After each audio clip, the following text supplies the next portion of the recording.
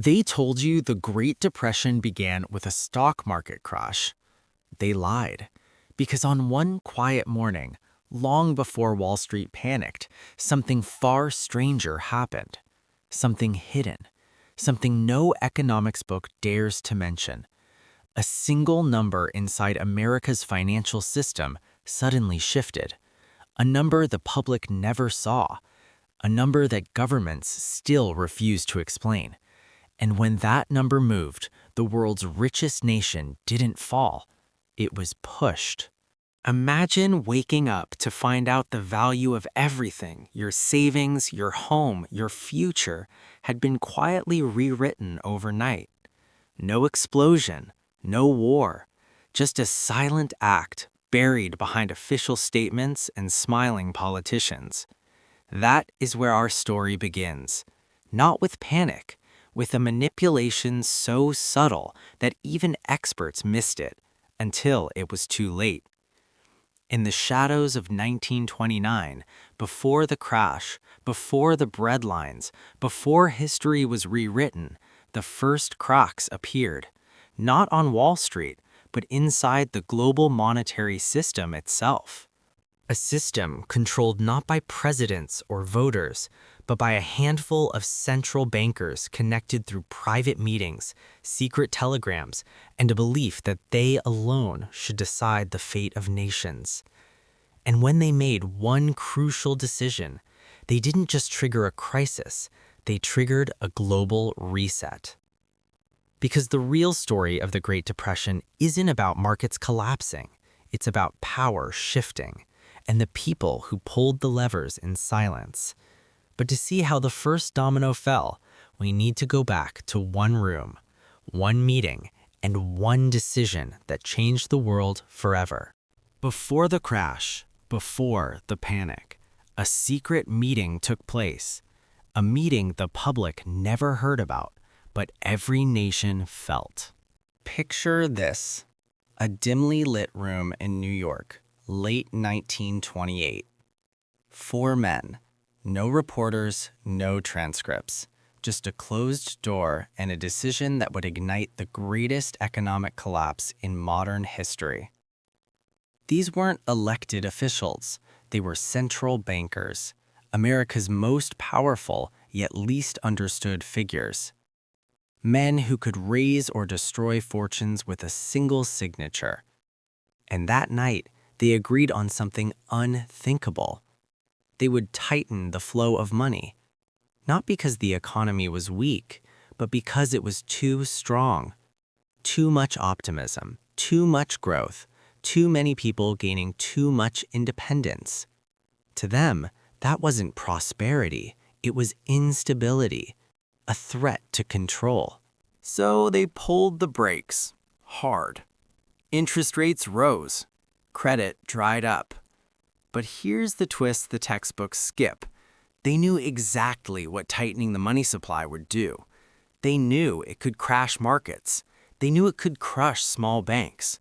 They knew ordinary people would suffer first.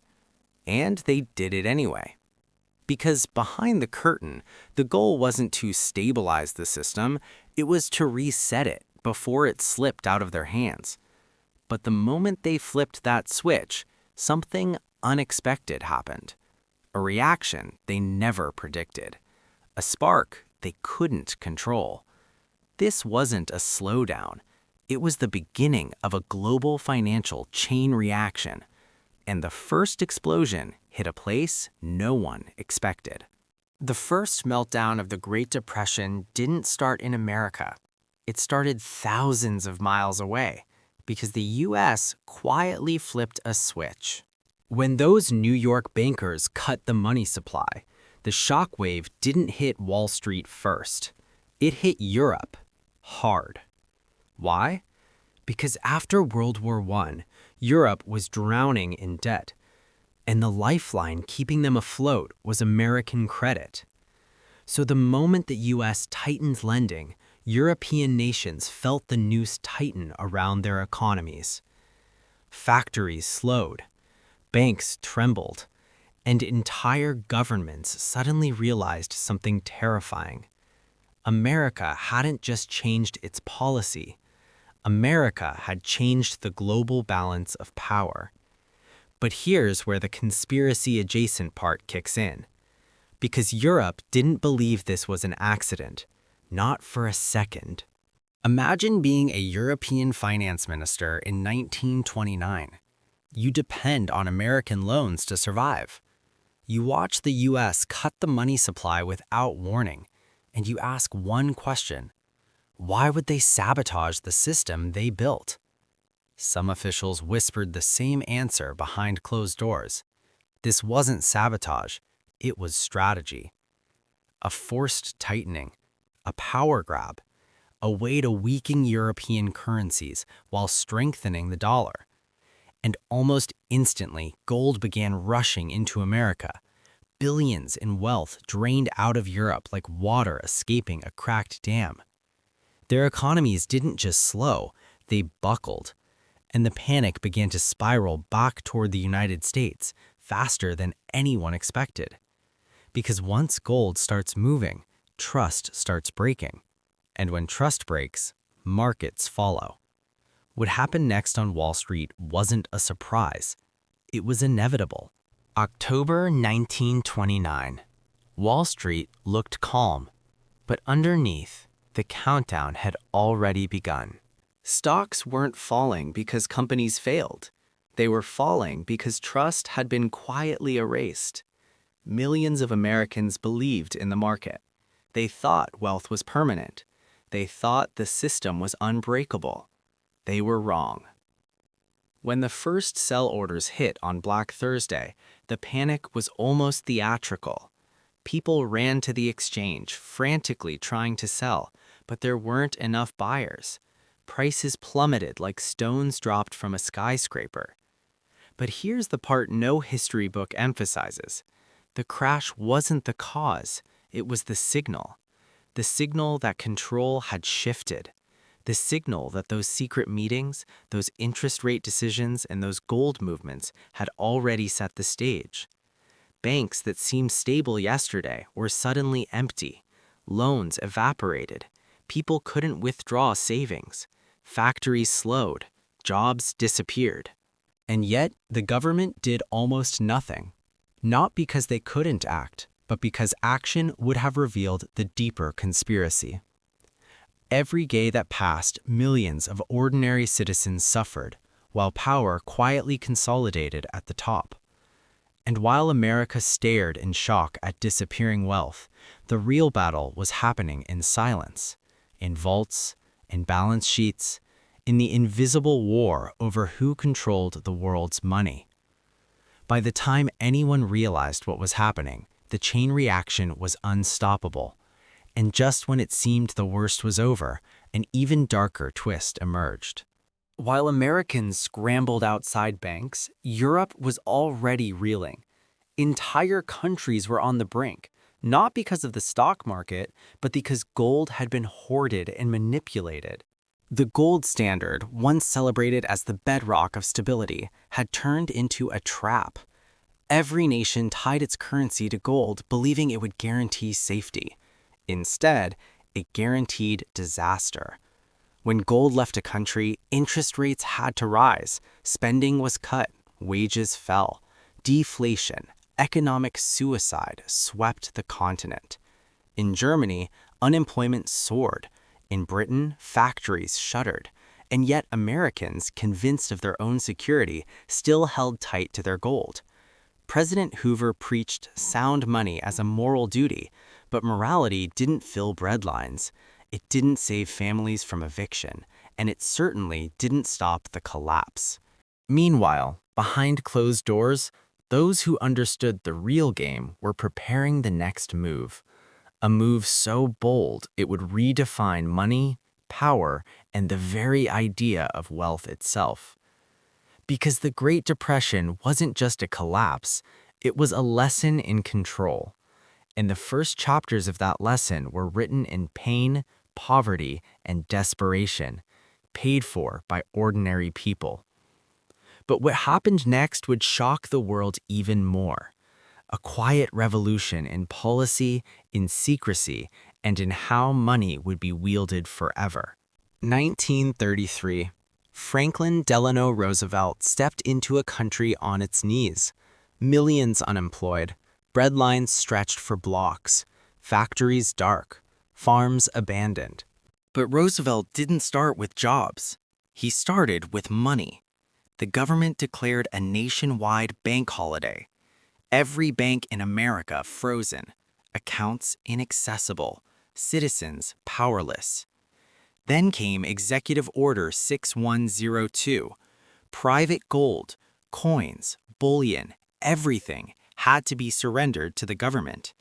They were paid a fixed rate, but months later, the value of gold was revalued. Overnight, the dollar was devalued by 40%.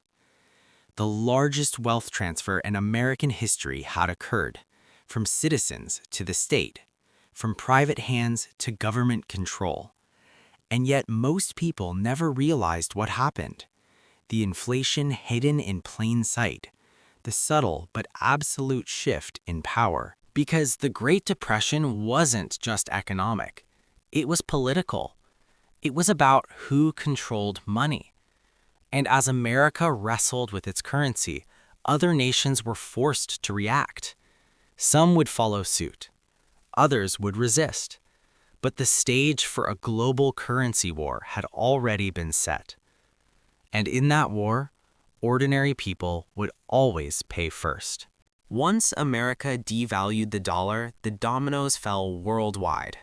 Currencies began to tumble. The franc, the lira, the yen. Every nation scrambling to survive, trying to make their money cheap enough to compete. Tariffs rose, trade collapsed. The world fragmented into rival financial zones. Dollar, pound, yen, gold. Each nation defending its own fortress. But it wasn't just about economics. Every decision had political consequences. In Germany, 6 million unemployed citizens turned to extremism. A man promising revenge and revival gained power, Adolf Hitler. In Japan, militarists argued conquest was survival. In Italy, Mussolini glorified state control. And in the Soviet Union, Stalin tightened his grip on chaos. Different ideologies, same root cause, monetary collapse. The Great Depression wasn't an accident. It was a reshuffling of global power. And as nations fought to survive economically, a deeper, hidden battle raged. A battle over trust, a battle over control, a battle over the future of every citizen's wealth.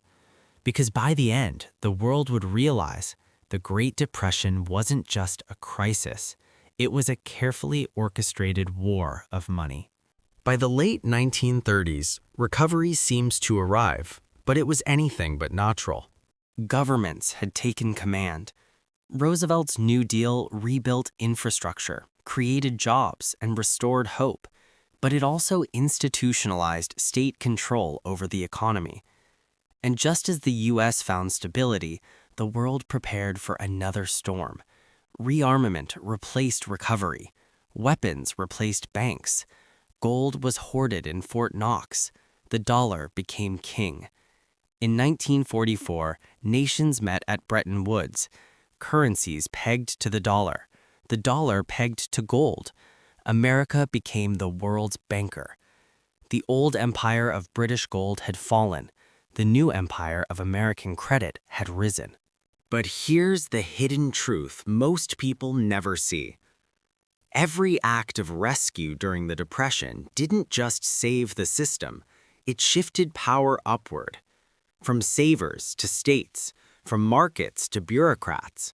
Every bailout, every bank holiday, every monetary decision concentrated authority in the hands of a few.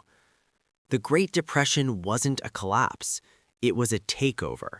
And the ordinary people, the very ones who suffered most, never saw the hands that moved the pieces.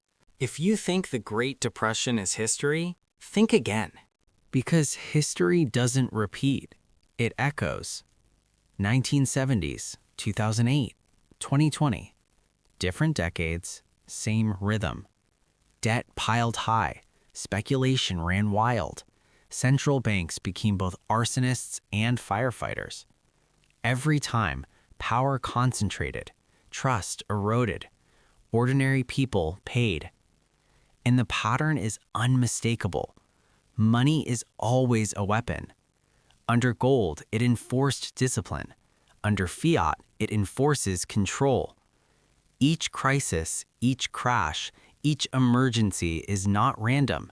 It's a rehearsal, a carefully choreographed play where ordinary citizens lose and the system survives. But the most chilling part? The same methods used in the 1930s are still used today. Interest rates, quantitative easing, currency manipulation. Different strategy, same result. Governments survive, banks adopt, elites adjust. The public pays. And while people argue about markets and policies, the deeper war continues. A war fought not with bullets, but with numbers, ledgers, and the silent movement of wealth across borders. The Great Depression wasn't the first battle. It was the blueprint. Here's the part most history classes skip. The Great Depression wasn't just about economics. It was about illusion.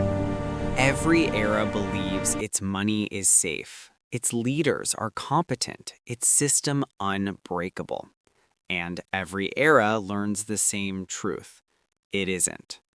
Under gold, money enforced austerity. Under fiat, it enforces control. Either way, it serves power. When trust collapses, the weapon turns inward. In the 1930s, defending currency meant starvation. Today, stimulating the economy means hidden erosion through inflation. It's the same story rewritten. The tools change, the rhetoric changes. The outcome almost always the same. Ordinary people lose, elites gain. Every rescue, every bailout, every act of stability is not about fairness. It's about control. It's about consolidating power quietly, efficiently, invisibly. And yet, most people still believe the system works in their favor. That belief is what makes the cycle repeat, because when the next domino falls, very few will see it coming. By now, you might be asking, what does this mean for you? Every time you hear about interest rates, quantitative easing, or defending the currency, these aren't just technical terms. They are the same levers that caused millions to lose everything in the 1930s. Stimulating the economy today erodes value quietly. Defending a currency tomorrow could starve people indirectly. Different tools, same effect. The Great Depression wasn't the end of capitalism. It was its transformation, from a system backed by gold to one backed by promises, from freedom to management. And the blueprint remains alive. The pattern hasn't ended. The rules have just changed. Debt rises. Speculation runs wild. Central banks act as both arsonists and firefighters. History whispers the same warning. When money becomes a weapon, trust collapses. And ordinary people pay the price first. If you think that was the past, think again. Because every crisis since 1929 has been another chapter of the same story. The final lesson of the Great Depression is simple, if you're willing to see it. The numbers, the crashes, the bailouts, they're not the story. The story is control. Power shifting silently, wealth moving invisibly, trust being weaponized. Every crisis since then, 1970s stagflation, 2008 meltdown, 2020 emergency, follows the same blueprint. Different decades, different tools, same result. Ordinary people lose, elites consolidate. So next time you hear about a market crash or government saving the economy, remember this. The war isn't fought with guns anymore. It's fought in central bank vaults, in government debt offices, in the invisible corridors where money is remade. The Great Depression wasn't just an economic tragedy. It was the first global financial war. Every crisis since has been another campaign in that conflict, another lesson in power, control, and survival. And if you understand the pattern, you see the world differently. You see the war behind the numbers, and you see how history is quietly repeating itself, right under our eyes.